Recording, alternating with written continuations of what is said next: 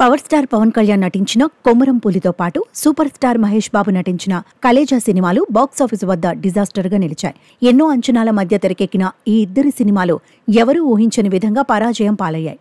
2010లో crazy కాంబినేషన్స్లో తెరకెక్కిన ఈ భారీ బడ్జెట్ సినిమాలు నిర్మాతకు తీవ్ర నష్టాలను మిగిల్చాయి. ఈ రెండు సినిమాలకు సింగనమల రమేష్ బాబు నిర్మాతగా వ్యవహరించారు.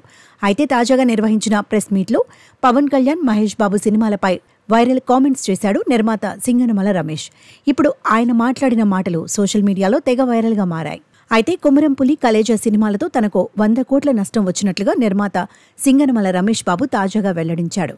హీరోలు కనీసం అయ్యో పాపం అని కూడా అనలేదంటూ పవన్ కళ్యాణ్, మహేష్ బాబును ఉద్దేశించి వైరల్ కామెంట్స్ చేశాడు నిర్మాత సింగనమల రమేష్ బాబు.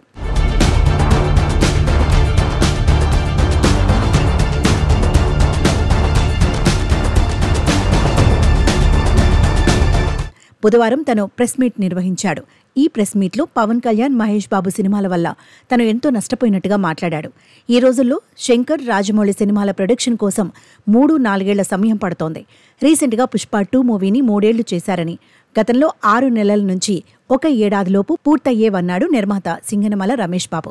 తన ఫెయిట్, బ్యాడ్ లక్ ఏంటంటే కొమరం పులి, కలేజా సినిమాలకు 3 సంవత్సరాల టైం పట్టిందని. కొమరం పులి సినిమా చేసేటప్పుడు పవన్ కళ్యాణ్ ప్రజారాజ్యం పార్టీ హడావిడిలో ఉన్నారన్నాడు.